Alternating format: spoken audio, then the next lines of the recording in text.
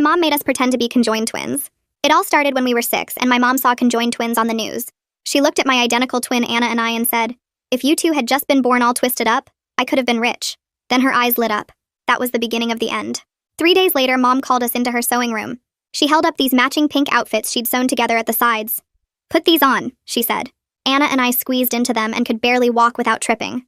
Mom clapped her hands together. "Perfect. Now walk to the door and back." We stumbled across the room while she filmed on her phone. Anna rolled her eyes at me when we fell for the 3rd time. We both wanted to rip the stupid outfit off, but Mom's face had that look that meant we better not argue. She made us wear those connected clothes every day, but that wasn't enough. Soon, Mom started gluing patches of our skin together at the hip and ribs every morning before breakfast. "Hold still," she'd say, while pressing our skin together until it bonded. "You need to look authentic." The glue burned and pulled whenever we moved wrong.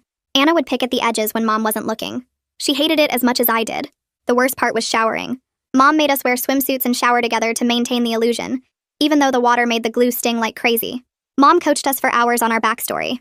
We supposedly shared a liver and some intestines. Doctors said we'd die if separated. She made us practice crying about our condition in the mirror. "More tears," she'd demand. "Think about never being able to be apart. Think about dying." Anna was terrible at fake crying at first. Mom would scream at her to try harder. Eventually she got the hang of it, but she'd always make faces at me in the mirror when Mom turned away. She'd cross her eyes or stick out her tongue, and I'd have to bite my cheek to keep from laughing. Our first gig was at this medical oddities convention in a hotel ballroom. Mom charged $50 for photos. People would come up and touch where we were connected and ask if it hurt. One creepy guy asked if we had to consummate relationships together when we got older. Anna would say our practiced lines in this dead monotone voice that made Mom pinch her arm between photos. "Smile more," Mom hissed. "You're ruining everything." Anna plastered on the fakest smile I'd ever seen. We both counted down the minutes until we could go home. The money was insane. Mom booked us on morning shows and medical documentaries. We had to sit there while hosts asked invasive questions about using the bathroom and dating.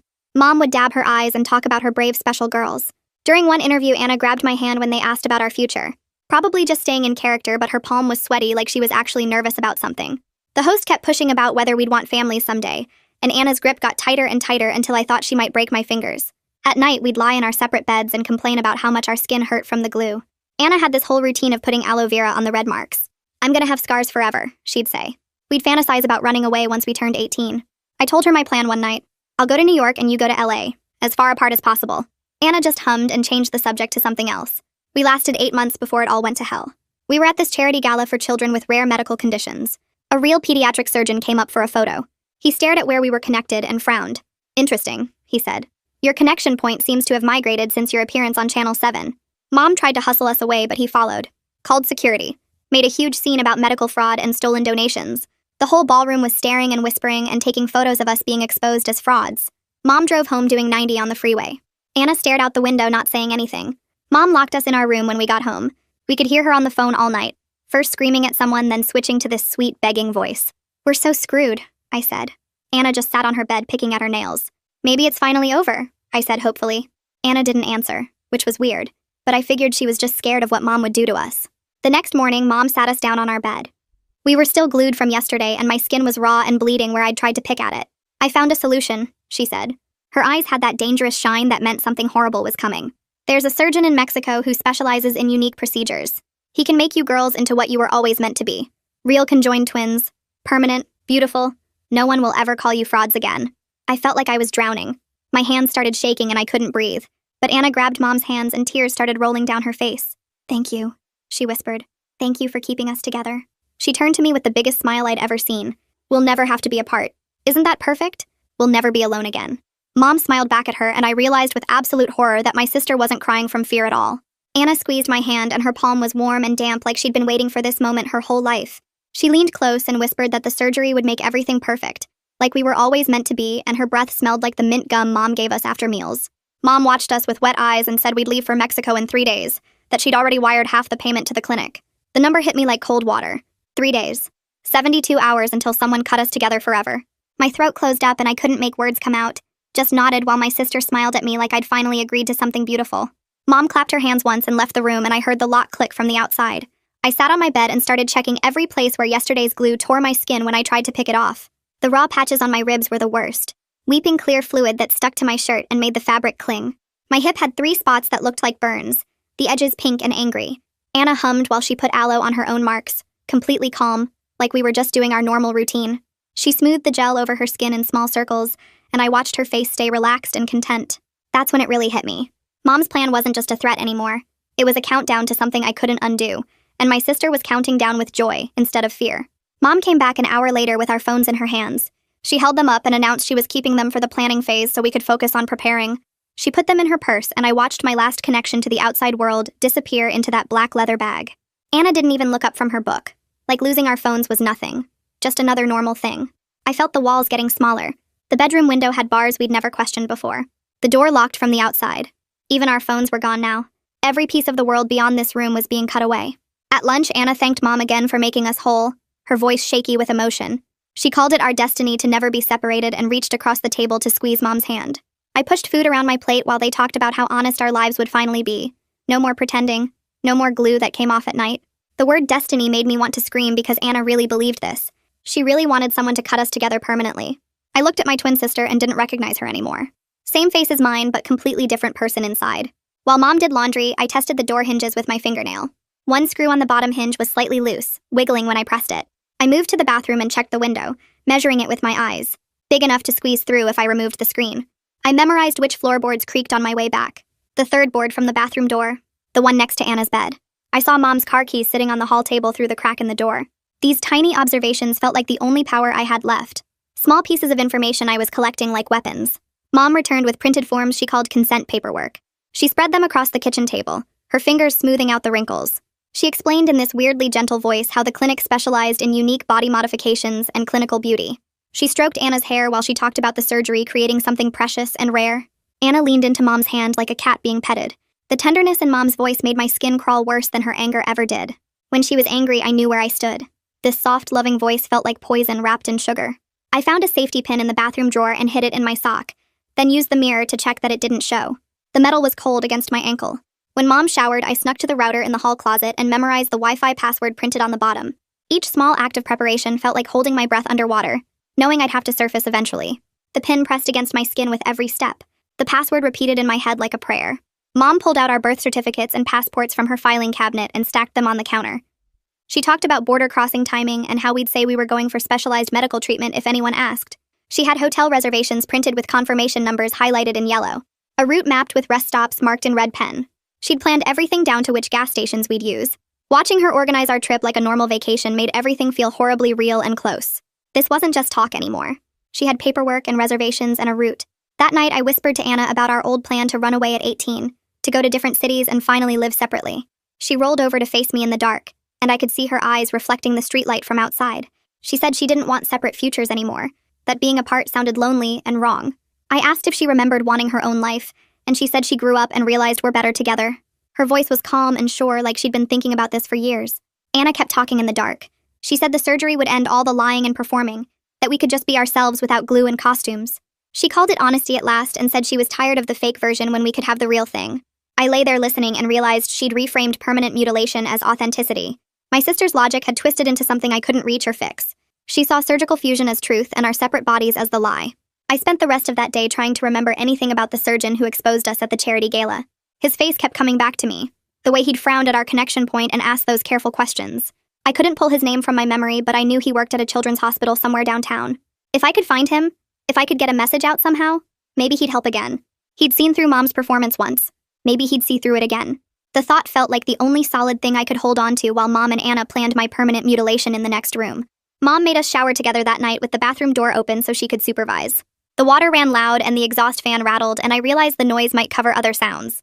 Mom's phone sat on the counter where she'd left it while she helped Anna adjust the water temperature. I grabbed it fast and ducked behind the shower curtain, using the fan noise to hide the clicking sounds. My hands shook so hard I almost dropped it twice. I opened her news alerts and scrolled back through weeks of saved articles about the charity gala scandal. There it was. Dr. Rena Murphy at Children's Medical Center. I repeated the name in my head over and over while I cleared the search history. Dr. Rena Murphy, Children's Medical Center. Dr. Rena Murphy. I put the phone back exactly where Mom had left it and got back under the water before she noticed anything wrong. After the shower, I grabbed toilet paper from under the sink and tore off a small strip. I found my eyeliner in the cabinet and wrote, Dr. Rena Murphy Children's Medical in letters so tiny I could barely read them.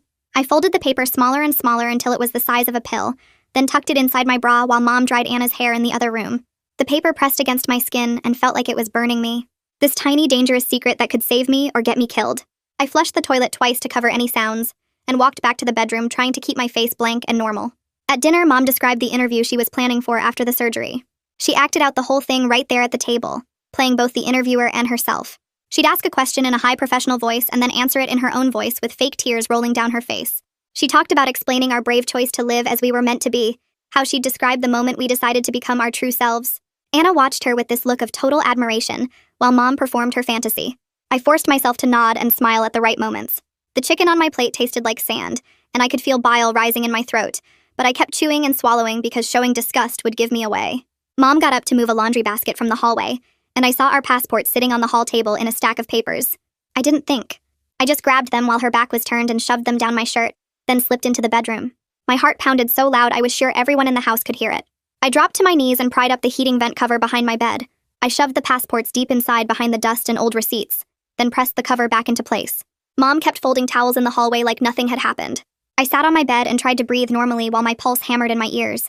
Anna came in a few minutes later and caught me staring at the vent. She asked what I was thinking about with this searching look on her face. She studied my expression like she was reading a mirror that was showing her something wrong, some crack in our identical reflection. I said I was just nervous about the trip, that I was scared of the surgery. She kept watching me for another long moment and I could see her trying to figure out if I was lying. Finally, she turned away and started getting ready for bed. I exhaled slowly and reminded myself to be more careful. Mom left her phone on the counter again when she went to check the mail. I grabbed it and locked myself in the bathroom, opening the notes app with shaking fingers. I typed out everything. Who we were, what Mom was planning, our address, the Mexico timeline, that we needed help. I included Dr. Murphy's name so she'd know I was the one writing. The words sat there on the screen like a loaded gun I hadn't fired yet. I saved it as a draft instead of sending because I needed to figure out how to get it out without Mom seeing it in her sent messages. But it was written now. It existed. That felt like something. That night I lay in bed and remembered all the times Anna had whispered we're perfect together during our practice sessions. How she'd squeeze my hand during interviews when I started to crack. I used to think she was just being supportive, helping us survive Mom's scheme together. Now I realized she'd meant every single word. She'd been building this fantasy of permanent fusion for years while I dreamed of escape. Every time she'd said we were meant to be together, she'd actually believed it. Every time she'd held my hand, she'd been imagining a future where we could never let go. I'd been sleeping 3 feet away from someone whose deepest wish was to trap me inside her body forever. I woke up the next morning to the sound of drilling. Mom was installing a baby monitor camera on our dresser, angling it to cover both beds. She said it was for night safety in case we needed her, but I could see the real reason in her eyes. She sensed me pulling away. She knew something had shifted. Anna waved at the camera and made a joke about being reality TV stars. She seemed completely unbothered by another layer of surveillance. I waved too and smiled and acted like it was funny, but I was calculating camera angles and blind spots in my head, figuring out where I could move without being watched. The school called Mom's phone later that morning, and I heard her through the wall lying in this smooth, calm voice. She told them we were recovering from preliminary procedures for our condition, that we'd be back soon with medical documentation. The attendance clerk sounded concerned and asked more questions. For just a second, I felt this tiny spark of hope that someone outside our house actually cared we were missing. But Mom promised to send paperwork and the clerk accepted it. I heard her hang up and knew that door had closed. No one was coming to check on us. No one was going to save me unless I saved myself. I waited until Mom was in the shower the next morning and grabbed a makeup wipe from the bathroom trash. My hands shook as I pulled out Anna's black eyeliner from the drawer and wrote HELP in tiny letters on the back of the wipe. I added our address underneath in numbers so small I could barely read them. The library book Mom had checked out 3 weeks ago sat on the hall table with a due date stamp showing it was overdue. I slid the makeup wipe between pages in the middle where someone might actually see it when they processed the return. Maybe a librarian would find it and call someone. Maybe they'd just throw it away. I was collecting desperate moves like bullets in a gun I didn't know how to fire. Anna came out of the shower wrapped in a towel, and I shoved the book back on the table before she could see what I was doing. She walked past me into our bedroom without saying anything, but her eyes followed me in a way that made my skin crawl. I waited until she went to get dressed, and then I saw her journal sitting open on her bed. The page was covered in her handwriting, and I knew I shouldn't read it, but I couldn't stop myself from looking. The entry was dated yesterday, and it said, "If we're one body, I can keep her forever," in letters that got bigger and darker as the sentence went on. My stomach dropped so fast I thought I might throw up right there on the carpet. This wasn't about Mom's control anymore. Anna wanted to own me too. She wanted to make sure I could never leave her, never have my own life, never exist as anything except half of her. I closed the journal and backed away from it like it had teeth. My twin sister, who I'd shared a room with for my entire life, wanted to trap me inside her body forever, and she thought that was love. I heard Mom's footsteps in the hallway, and I sat down on my bed trying to look normal even though my hands were shaking. Mom walked past our door carrying her laptop and I saw her go into the kitchen. 5 minutes later, I heard her on a phone call in the living room, and I crept down the hall to where she'd left the laptop open on the counter. The screen showed her bank account with a transaction list pulled up. Right there in black and white, I saw a transfer from something called medical fund donations into her personal checking account. $15,000. Then another one for $8,000. Then another for $12,000. She was stealing money that people had donated to help us. Money they thought was going to our medical care, and moving it straight into her own account to pay for the nightmare surgery in Mexico. I memorized the account numbers and dates as fast as I could. The routing number. The transaction IDs. Everything I could fit in my brain before Mom came back. I heard her footsteps, and I was back in the hallway before she rounded the corner. My heart pounded so hard I could feel it in my throat. I had proof now. Real proof of theft and fraud that I could tell someone if I ever got the chance. Mom's voice drifted from the living room as she talked to someone on the phone. I waited until she was deep in conversation, and then I went to our bedroom and knelt down by the heating vent behind my bed. I used my fingernails to carefully pry up the metal cover without making noise. The passports were still there in the dust and old receipts where I'd hidden them. Seeing them gave me this tiny burst of control like I'd stolen one piece off Mom's game board. She couldn't take us to Mexico without these. She'd have to find them first. I pressed the cover back into place and made sure it looked exactly like it had before. Anna was watching me from her bed when I turned around. She didn't say anything, but her eyes were narrow and suspicious. I pretended I'd been looking for something I dropped and went to the bathroom. Mom's phone sat on the counter where she'd left it while she showered. I grabbed it and pulled up the drafted email to Dr. Murphy that I'd written days ago. My hands shook so badly I could barely type. I attached the photo I'd taken of my glued skin with the timestamp showing from 2 days ago. The burns were clear in the picture. The torn skin where I'd tried to pick the adhesive off. The red marks that would probably scar forever. I hit send and watched the message disappear into the outbox. Then I immediately went to sent messages and deleted it. Cleared the trash folder. Cleared the recently deleted folder. Wiped every trace that the email had ever existed from Mom's phone. My hands were shaking so hard I dropped the phone twice. I had to sit on the bathroom floor for 5 minutes afterward just to stop hyperventilating. The message was out there now. Dr. Murphy would see it. Someone would know what was happening to us. I just had to hope she'd respond before Mom dragged us across the border. I went back to our bedroom and lay down on my bed trying to look calm. Mom's voice carried from the kitchen where she'd left her phone on speaker. She was arguing with someone about payment terms for the procedure. Her voice went from sweet to angry to begging, and back to sweet again. She haggled over whether they'd accept cash, how much of a deposit they needed up front, whether they could do the surgery sooner if she paid more. The way she talked about cutting into us was so casual and businesslike, like she was buying a used car instead of planning to permanently fuse her daughters together. I dug my nails into my palms until they bled just to have something to focus on besides her voice. Anna came into the bathroom while I was washing my hands, and she closed the door behind her. Her voice was low and urgent when she asked where the passports were.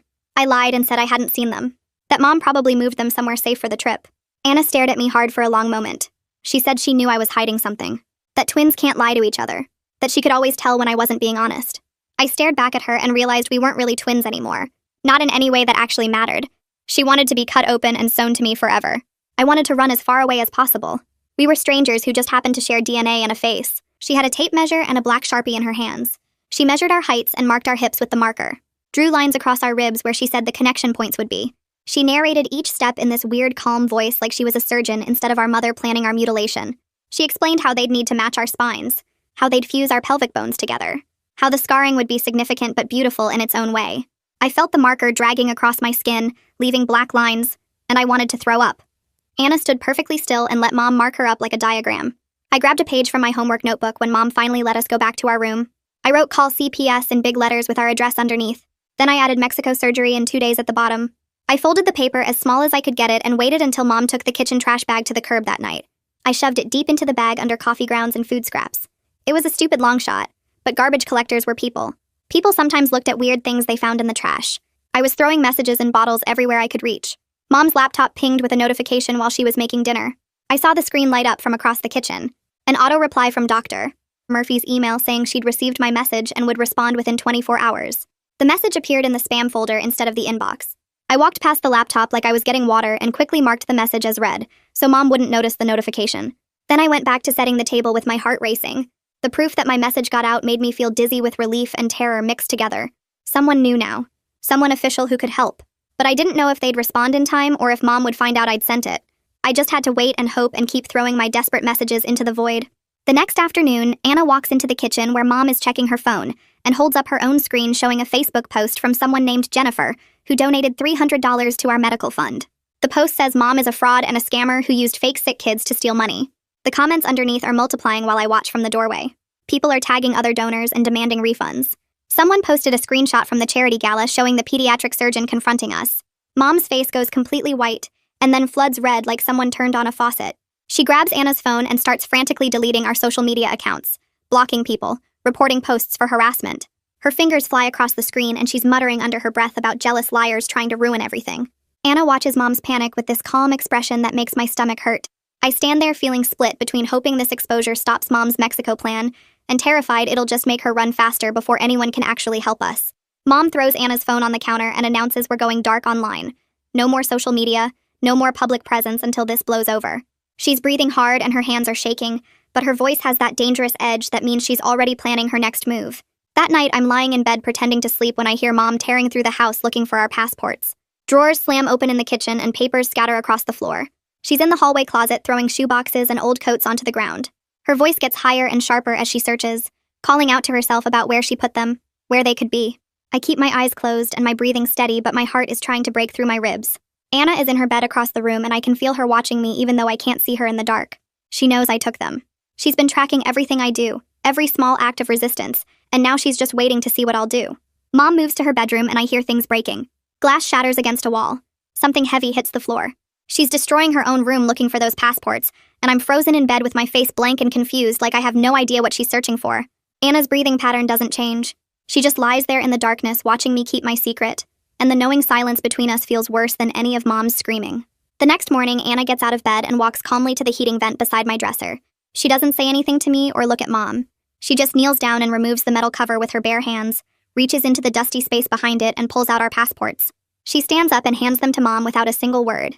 Then she turns and looks at me with this expression that's half pity and half triumph, like she's sorry I tried but glad I failed.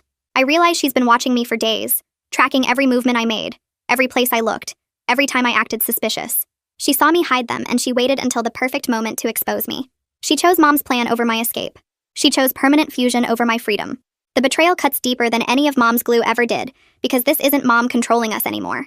This is my identical twin deciding that trapping me forever is worth it if it means she gets what she wants. Mom takes the passports and her whole face lights up with relief and something darker.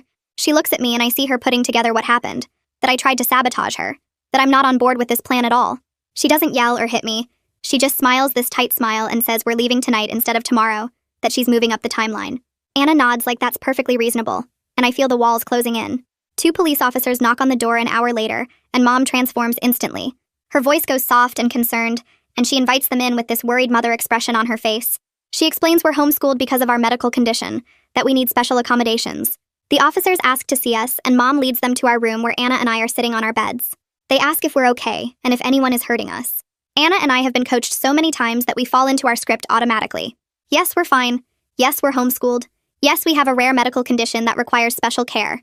No one is hurting us. Mom is taking good care of us. The words come out of my mouth without me even thinking about them, like I'm a robot programmed to lie to anyone who asks. The officers look uncomfortable, but they can't find anything wrong. Our room is clean. We're dressed and fed. We answer all their questions correctly. They give Mom a card with a number to call if we need help, and then they leave. I watch them walk back to their car from the window and realize I'm too well trained to break character, even when rescue is standing right there in front of me. Anna squeezes my hand after they're gone, and it feels like a warning instead of comfort.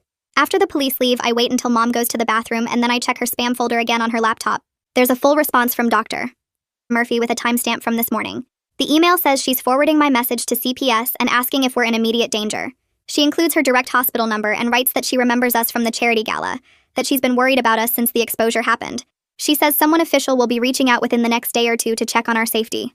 I take a screenshot on Mom's phone as fast as I can, and then delete the email from the spam folder and clear the trash so Mom won't see it. My hands are shaking. So badly I can barely work the touchscreen. For the first time in days, I feel like maybe I'm not completely alone in this. Someone with authority knows what's happening. Someone is actually coming to help. The validation makes me feel dizzy and the terror makes me feel sick. But underneath both of those feelings is this tiny spark of hope that maybe my desperate messages actually reached someone who can stop this. Anna sits on my bed that night after Mom goes to sleep and looks at me with this intense expression. Her voice comes out low and desperate when she says, "Don't blow this for me. Not for us. For her." She tells me she's thought about being permanently connected since she was 8 years old. She says it's all she's ever really wanted. I ask her why, and she explains that being apart feels like missing a limb, like half of her is always gone. She describes this ache she's had her whole life whenever we're in separate rooms or doing separate activities. She says the surgery would finally make her feel whole and complete. I stare at my identical twin and realize her need to fuse isn't Mom's sickness. It's her own. Anna has wanted this for years, and Mom's plan just gave her permission to admit it out loud. She asks me to understand, to see how perfect we could be together, to stop fighting what we're meant to be. I tell her I can't do that I need to be my own person, that being cut open and sewn together would destroy me. She looks at me like I'm the broken one, like my need for separation is the real problem. We sit there in silence for a long time, and I realize we're not really twins anymore in any way that actually matters. We're strangers who happen to share DNA and a face and a room. Mom packs a duffel bag after Anna goes back to her bed. I watch through the crack in our door as she fills it with medical supplies from the bathroom cabinet. Adhesive bottles, gauze rolls, bandages, bottles of pills I don't recognize. She adds thick stacks of cash wrapped in rubber bands from her bedroom safe.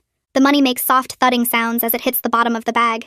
She checks her phone and writes something down on a piece of paper, then folds the paper and puts it in her pocket. She comes to our door and tells us to sleep in our clothes because we're leaving at 4 a.m. before the next CPS visit can happen. She says we need to be ready to walk out the door in 60 seconds if necessary. Anna nods and changes into jeans and a sweatshirt. I do the same because refusing would just make Mom watch me closer. I lie in bed fully dressed with my shoes next to the mattress, staring at the ceiling and counting down the hours until I either escape or disappear forever into whatever Mom has planned. The clock on the wall ticks so loud it sounds like hammering. Every minute that passes is 1 minute closer to Mexico and permanent fusion and losing myself completely. While Mom takes a shower, I slip into the bathroom and quietly unscrew the toilet tank lid. My hands are sweating and the porcelain is heavy and cold. I pull out the note I wrote earlier on a scrap of paper towel. I've written Dr. Murphy's name, our names, and our address in thick black Sharpie letters. I tape the note to the inside of the tank lid where it won't get wet, then carefully lower the lid back into place. If CPS comes back and searches the house thoroughly, they might find it. It's stupid and desperate, but I'm completely out of good options, so I'm taking every bad option I can find. I flush the toilet to cover any sounds and wash my hands and walk back to our room like nothing happened. Mom is still in the shower singing softly to herself. The sound makes my skin crawl because she's happy about tomorrow, excited about taking us to Mexico, thrilled about making her fantasy real. I climb back into bed and pull the covers up and try to slow my racing heart. At 3 a.m, Mom's phone lights up on her nightstand, and I can see the text preview from across the room because she left her door open. The message says mandatory reporter has been notified and CPS will attempt contact within 24 hours. Dr. Murphy followed through. Someone official knows what's happening and is coming to check on us. I feel this surge of validation that my email actually worked, that someone believed me, that help is really coming. But I also feel terror because now it's a race between rescue and Mom's ability to run. If we leave at 4 like Mom planned, we'll be gone before CPS arrives. If Mom gets us across the border, I don't know if anyone can stop the surgery from happening. The timeline is so tight I can barely breathe thinking about it. I watch the minutes tick by on the clock and try to calculate if 24 hours means today or tomorrow, if CPS will show up at 8 a.m. or 8 p.m, if we'll still be here when they knock on the door. Mom bursts into our room at 3:30 in the morning and drags us out of bed. She's already dressed and her hair is pulled back tight. She grabs our arms and pulls us toward the car, throwing the duffel bag and 2 smaller bags into the trunk. The engine starts and we're peeling out of the driveway before I'm even fully awake. Anna sits quietly in the back seat next to me while I press my face to the window and memorize every street sign we pass. Oak Avenue, Maple Drive, Highway 101 South. I count the mile markers as we hit the highway heading toward the border. Marker 247, marker 251, marker 256. I'm tracking our route like breadcrumbs even though I don't know if anyone is following or if anyone will ever find this trail I'm leaving in my head. The sky is still dark and the highway is empty except for a few trucks. Mom drives fast with both hands tight on the wheel. Anna stares straight ahead with this peaceful expression on her face like we're going on vacation instead of running from the law. I keep my face pressed to the glass and watch the world fly by and wonder if this is the last time I'll ever see home. I stare at our license plate in the side mirror and burn the numbers into my brain. 7XJ4892. I say it over and over in my head while watching the mile markers fly past. Exit 267. Gas station with the broken sign. Billboard for a casino. Every detail gets filed away in case I get a chance to tell someone where we've been. The sun starts coming up and turns everything orange and I'm still cataloging landmarks.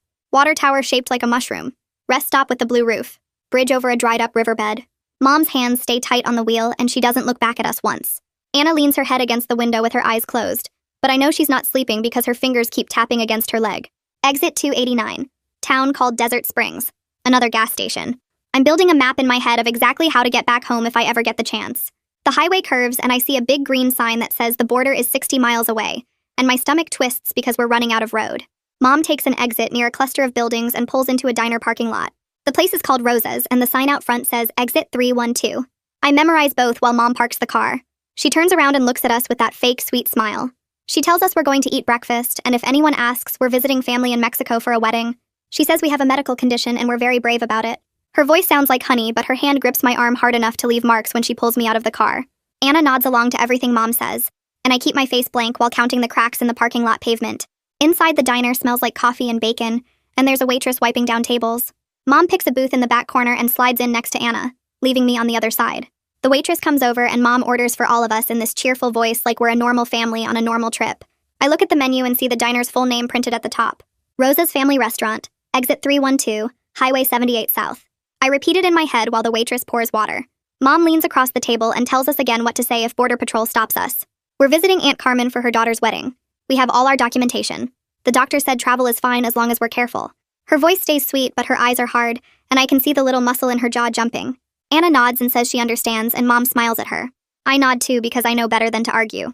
The waitress brings our food, and I push eggs around my plate while Mom talks about the clinic and how nice the surgeon sounded on the phone. She says he does beautiful work and we're going to be so happy with the results. Anna cuts her pancakes into tiny pieces and eats them slowly while staring at nothing. I need to use the bathroom and Mom's eyes narrow when I ask, but she can't really say no in public. She tells Anna to go with me and I feel my chance slipping away, but I get up anyway. The bathroom is small and smells like fake flowers. Anna stands by the sinks while I go into the stall and I see the toilet paper dispenser mounted on the wall. I grab a paper napkin from my pocket that I took from the table and pull out the pen I stole from Mom's cup holder. My hands shake while I write our license plate number in tiny letters. 7XJ4892. Then I write Highway 78 South toward Mexico border. Then I write kidnapped by mother for surgery. The words look pathetic and small on the thin napkin, but I fold it up tight and shove it behind the toilet paper roll where someone cleaning might find it. It's stupid and desperate, but I'm leaving evidence everywhere I can because someone has to find something eventually. I flush and come out and wash my hands while Anna watches me in the mirror. Her face looks tired and sad, and I almost feel bad until I remember she wants this. She wants Mom to cut us together forever. We walk back to the table and I slide into the booth and Mom's already paid the check. Back at the table, Anna leans close to me and her voice comes out low and angry. She says the napkin thing is pathetic and I'm embarrassing myself with these stupid notes nobody will ever find. She asks me to choose us, to stop fighting what we're meant to be. I look at my identical twin and see someone I don't recognize anymore, someone who wants to trap me inside her body forever. I whisper back that I'd rather die separated than live as half of her. Her face goes white and then red and she turns away from me. Mom herds us back to the car and we drive for another 2 hours in complete silence. The landscape gets flatter and drier and the signs start showing distances in kilometers too. We pull off at a rundown motel with peeling paint and a sign that flickers. Mom pays cash at the front desk and gets a key to room 116. Inside there are 2 beds with ugly floral covers and a bathroom that smells like mold.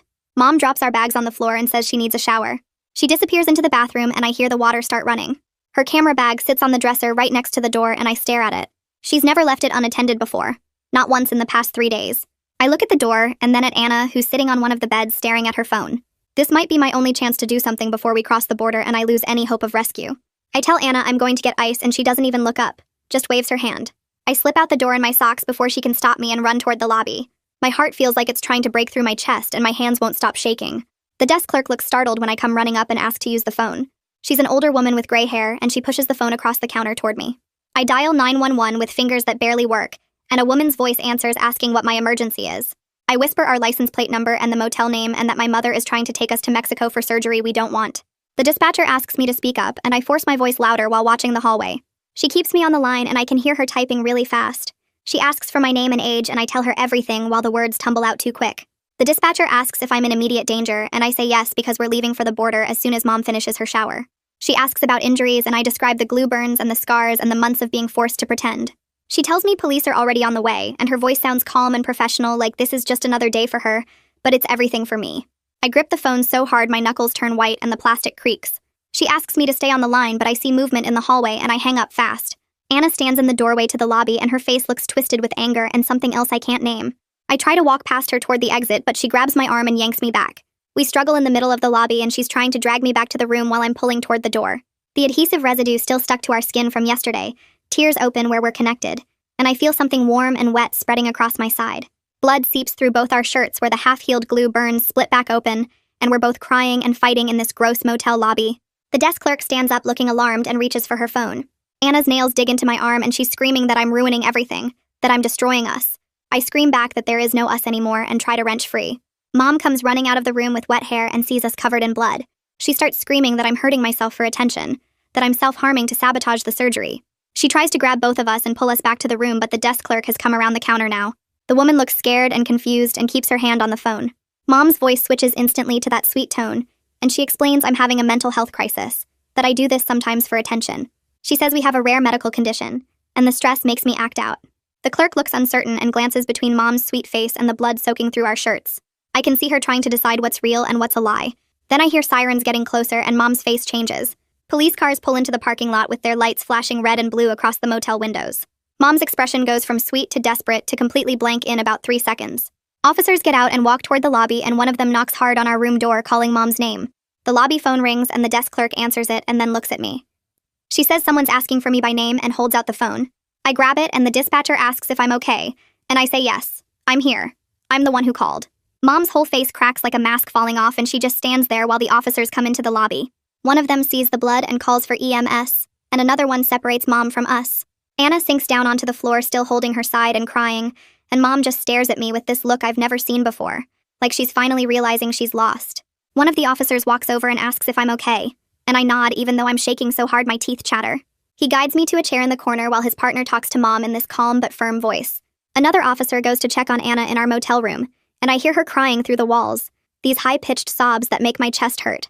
The ambulance pulls up outside and 2 paramedics come in with their bags and equipment. A woman with her hair in a ponytail kneels down next to me and asks if she can look at my injuries. I lift up my shirt and show her the blood soaking through where Anna and I tore apart, the raw patches on my ribs and hip. She takes out her phone and starts photographing everything, asking me to turn this way and that way so she can get all the angles. The older scars from months of glue show up white and shiny against my skin, and she photographs those too, making notes on a tablet. From the room, I hear Anna screaming that I'm trying to cut her off from me, that I'm destroying us, that I want to ruin everything we could be together. The paramedic's face gets harder with every word Anna shouts, and she asks me how long this has been happening. I tell her 8 months of daily gluing, the performances, the money, the plan to make it permanent in Mexico. She writes it all down and calls her partner over to document Anna's injuries too. Mom keeps trying to explain to the officers that I'm mentally unstable, that I self-harm for attention, but they're not listening to her anymore.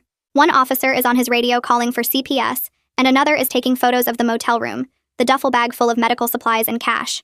They load me into the ambulance and take me to the hospital while Anna goes in a different ambulance. I watch through the back window as Mom stands in the parking lot with an officer, her hands moving while she talks, still trying to sell her story to someone who might believe her. At the hospital, an ER doctor with gray hair pulled back examines every inch of where Anna and I were connected. She uses this bright light to look at the burns and takes samples with cotton swabs, sealing them in little plastic tubes. Her questions are gentle but specific, asking exactly how Mom applied the glue, what kind it was, how often, whether it ever got infected. When I tell her 8 months, she closes her eyes for a second before writing it down in her chart. She photographs the tissue damage and the scarring, and explains that the adhesive caused second-degree burns in some places, that the repeated application prevented proper healing. A nurse comes in with papers for me to sign, giving permission for the photos to be used as evidence. The doctor tells me I did the right thing by calling for help, that what happened to me was abuse, and it's documented now in a way that can't be denied. She puts bandages on the worst spots and gives me cream for the burns. Through the curtain, I hear Anna in another exam room crying and telling her doctor that I'm lying, that Mom was helping us become our true selves. My doctor squeezes my shoulder and says she believes me, that the evidence is clear and undeniable. A police officer comes in to take my statement, and I go through the whole story again while he records it on his phone. Mom glued us together every day, made us perform, took all the money, planned surgery in Mexico to make it permanent. He nods and writes and asks follow-up questions about the timeline and the donations, and the surgeon who exposed us at the charity gala. CPS arrives at the hospital while I'm still in the exam room. A detective comes in first and explains that Mom is being detained for child endangerment and fraud, that she's being processed at the police station right now. Through the window, I see them leading Mom past in handcuffs, her wrists locked behind her back. She's still talking, her mouth moving constantly, insisting she was helping us become our true selves. Her voice carries through the hallway about destiny and authenticity and how we were meant to be together. The detective says Anna and I are being placed in protective custody separately, that we can't have contact right now while they investigate. A social worker appears with paperwork and warm blankets and tells me I'm safe now, that no one can hurt me anymore. They walk me out to a CPS vehicle in the hospital parking lot, and I see Anna being led to a different car on the other side of the lot. She looks back at me with this expression that's half pleading and half furious, like I've betrayed everything we could have been together. I have to look away because I can't save her from herself, can't make her understand that what she wants would destroy me. They put her in one car and me in another, and I watch through my window as her car pulls out heading east while mine goes west. The last thing I see before we turn the corner is Anna's face pressed against the glass of her window. Her mouth is forming words I can't hear, and her palm is flat against the glass reaching toward me. I know she's begging me to change my mind, to choose fusion over separation, to want what she wants. Tears are streaming down her face and she looks so desperate and lost. I press my own hand against my window, but I don't mouth anything back because there's nothing left to say. Our cars drive in opposite directions and I watch until hers disappears around a corner. The social worker in the front seat glances back at me in the mirror and asks if I'm okay.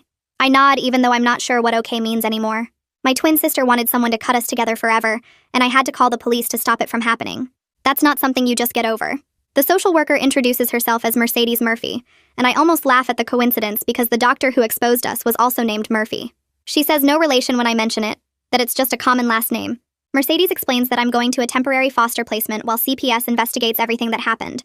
There's a no-contact order between me and Mom, and only limited supervised contact with Anna for now. She lists off all these rules and procedures and court dates, and I sit wrapped in the hospital blanket just nodding to everything. My brain feels like it's full of static, like I can't quite process that I'm actually safe now, that Mom can't reach me anymore. Mercedes pulls into a parking lot of a plain office building, and we go inside to a room with comfortable chairs and boxes of tissues on every table. She sits across from me and goes through more paperwork, explaining my rights and the foster system and what happens next. I sign things without really reading them because I'm too exhausted to focus on the words. She asks if I have any questions, and I shake my head. All I can think about is how Anna looked in that car window, how she's probably in another office just like this one being told the same things, how we're finally actually separate for the first time in 8 months. 2 days later, I meet with a forensic interviewer in a different office with cameras in the corners. She's young with kind eyes, and she explains that everything we talk about is being recorded for the investigation. She photographs my injuries again even though they're already documented, getting fresh pictures of how the burns are healing. I describe the glue routine in detail, every step of how Mom would press our skin together each morning, and how it would burn and pull all day. I tell her about the performances at conventions and on TV shows, about the money Mom collected, about the donations people gave thinking they were helping kids with a real medical condition. When I get to the part about the Mexico surgery plan, my voice cracks, and the interviewer hands me tissues and tells me to take my time. She asks about Dr. Rena Murphy, and I explain how she exposed us at the charity gala, how that's what made Mom panic and plan to run. The interviewer makes notes and says, Dr. Murphy already sent a statement to CPS about her concerns from my email.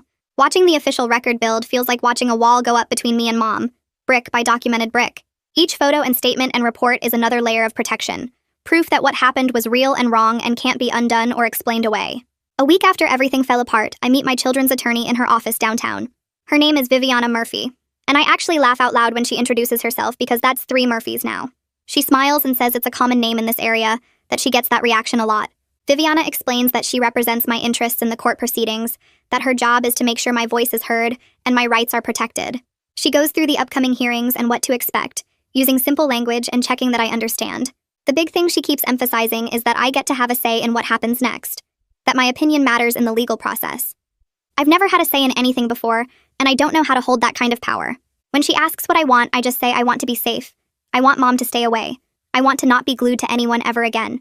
Viviana writes it all down and promises to fight for exactly that. The online harassment starts getting really bad around the same time. People who followed our story are posting comments calling us freaks and scammers, demanding refunds for their donations, saying we deserve whatever happens to us. Someone finds photos of me and Anna from before the gluing started and posts them everywhere with cruel captions. Mercedes helps me log into all the old social media accounts Mom controlled, and we disable them one by one. The comments calling us frauds disappear along with the photos of us glued together at conventions and on talk shows. Watching it all vanish feels like shedding a skin I never wanted in the first place. Mercedes explains that my privacy is protected now, that I'm a minor and the court records are sealed.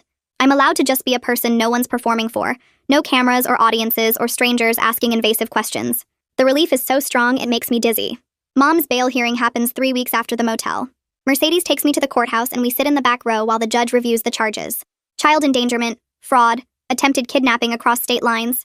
The prosecutor stands up and lists all the evidence, the photos of my injuries, the medical records, the donation fraud, the Mexico surgery plan. Mom's lawyer argues that she's not a flight risk, that she has ties to the community, that she needs to be out to prepare her defense. The judge listens to both sides and then releases her with a GPS monitor and strict no-contact orders. She can't come within 500 feet of me or Anna, can't contact us directly or through other people, can't leave the county.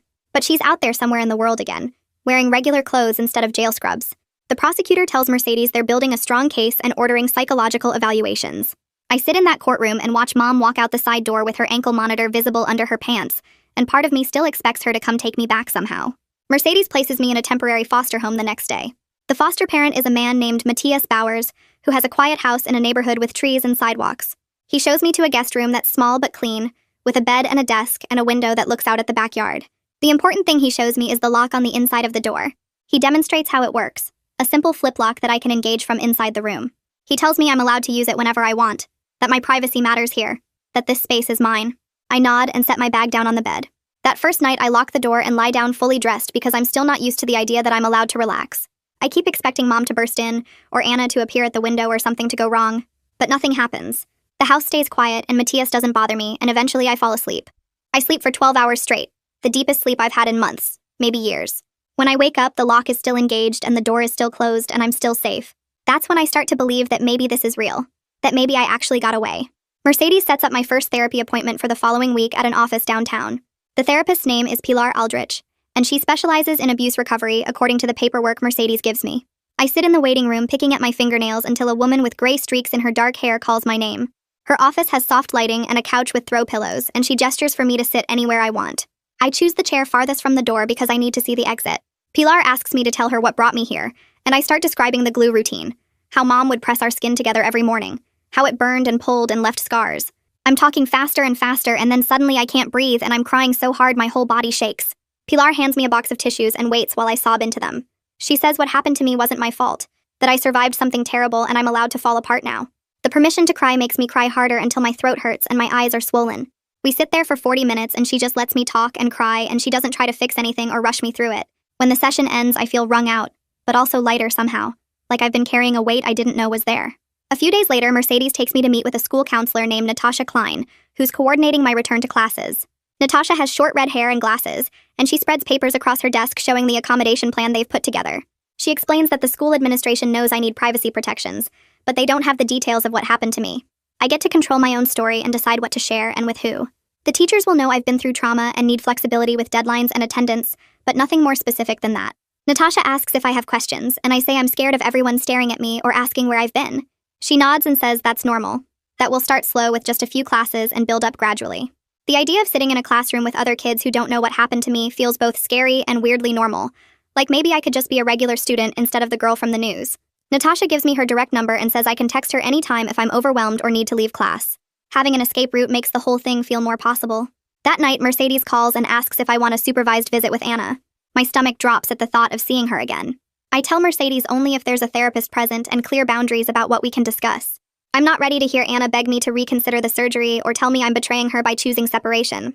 Mercedes says that's completely reasonable and she'll set it up with strict guidelines.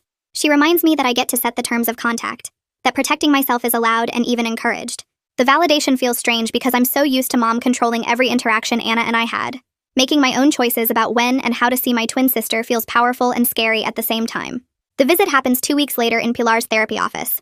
Anna sits on the opposite end of the couch from me, and Pilar sits in a chair between us like a referee. Anna looks thinner than I remember, and there are dark circles under her eyes. She starts by apologizing for not understanding how much I was hurting, how trapped I felt by Mom's plans. But then she shifts and says we could still be together the way she wants if I'd just give it more thought. She brings up the surgery and says it could still happen when we're 18 if I'd wait and think about it seriously. Her voice gets desperate and pleading. I feel my hands start shaking, and I tell her I will never choose that I need to be my own separate person. Anna's face crumbles like I've hit her, and she starts crying and asking why I don't love her enough to stay connected. Pilar intervenes and says we need to end the session because Anna is too upset to continue productively. Anna leaves still crying, and I sit there feeling guilty and relieved in equal measure. Pilar reminds me that I made the right choice by being honest about my boundaries, even though it hurt Anna to hear it. A few days later, my children's attorney Viviana calls with an update.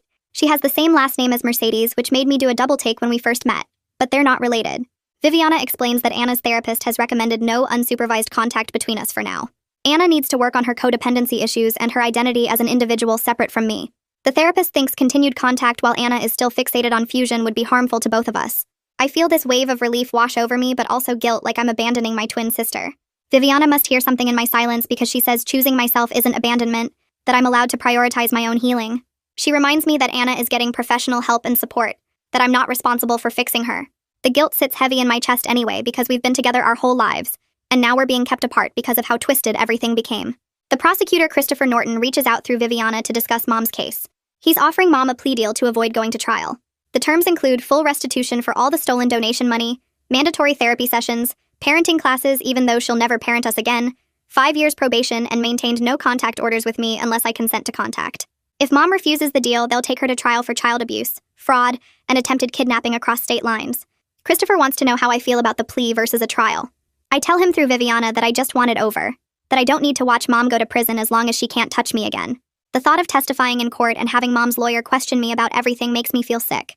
Christopher says he understands and he thinks the plea deal provides good protection while sparing me the trauma of a trial. He'll recommend Mom's lawyer accept it. 2 weeks pass, and then Mercedes hands me an envelope that came through Anna's therapist. Inside is a short note in Anna's handwriting that just says, "I miss you. I'm trying." It's the first communication we've had in weeks that isn't about the surgery or fusion or being physically connected. Just sister to sister, simple and honest. I stare at the note for a long time, and then I write back, "I miss you too. Keep trying." I give it to Mercedes to send through the proper channels. It's not forgiveness, and it's not reconciliation, but it's something small and real between us. A thread of connection that isn't about Mom's plans or Anna's fantasies of permanent fusion. Just two sisters who are figuring out how to exist separately after spending their whole lives being forced together. I start building small routines in Matthias's house that are just mine. Every morning I put aloe on my scars in the bathroom, the same way Anna used to do, but now I'm doing it for myself. Pilar gave me a journal, and I write in it before bed about what happened during the day and how I'm feeling. I take a walk before breakfast around the neighborhood, just to feel the space around my own separate body, the way I can move without being attached to anyone else. The routines are tiny acts of claiming my individual life, of being just me instead of half of us. Some days it feels good and freeing, and I walk faster and smile at strangers. Other days it feels lonely and wrong, like I'm missing a limb, and I have to remind myself that the loneliness is better than the alternative. But it always feels like mine, like choices I'm making for myself, and that matters more than whether it feels good or bad. 3 months after the motel incident, Mercedes tells me they've found a longer-term foster placement. The temporary arrangement with Matthias was only ever meant to last a few months while they sorted out the legal stuff and found somewhere more permanent. The new family has experience with kids who've been through trauma, and they understand about therapy schedules and bad days. They respect privacy and boundaries, and they know I need stability and safety more than anything else. Mercedes drives me to meet them, and their house feels calm and structured with clear rules posted on the refrigerator and separate bedrooms for each kid. They have 2 other foster kids who are younger than me, and they seem happy and settled. The parents ask me questions about what I need to feel comfortable, and they listen to my answers without interrupting. I agree to move in the following week, and Mercedes helps me pack my stuff from Matthias's place. Mom's plea deal gets finalized in court on a cold morning in November. Mercedes takes me to the courthouse, and we sit in the back row of the courtroom while the judge reviews the terms. Mom stands at the defendant's table with her lawyer, and she looks smaller somehow, diminished without her camera and her plans and her control over us. The judge reads through the plea agreement out loud, including the no-contact orders and the restitution payments. He asks Mom if she understands and accepts all the terms, and she says yes in this flat voice. The judge makes it very clear that any violation of the no-contact order will result in immediate jail time and revocation of probation. Mom signs the papers, and I watch her hand move across the page from where I'm sitting 30 feet away. Something releases in my chest.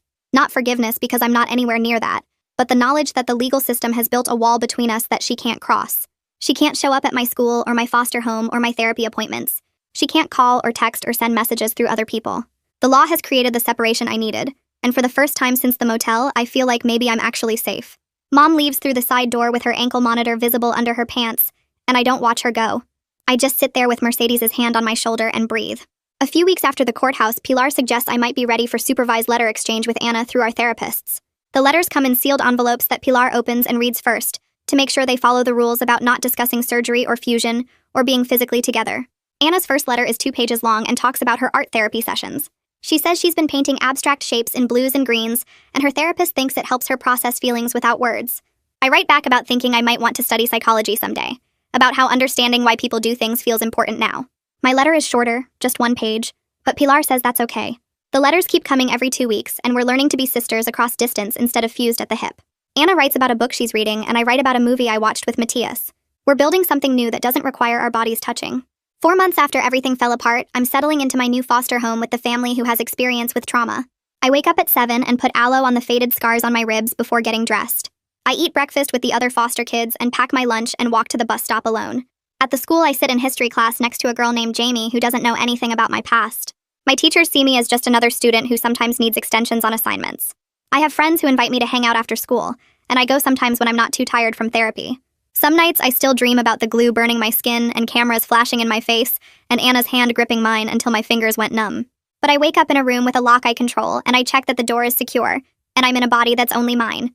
I get up and brush my teeth and make my bed and move forward separately and finally safe.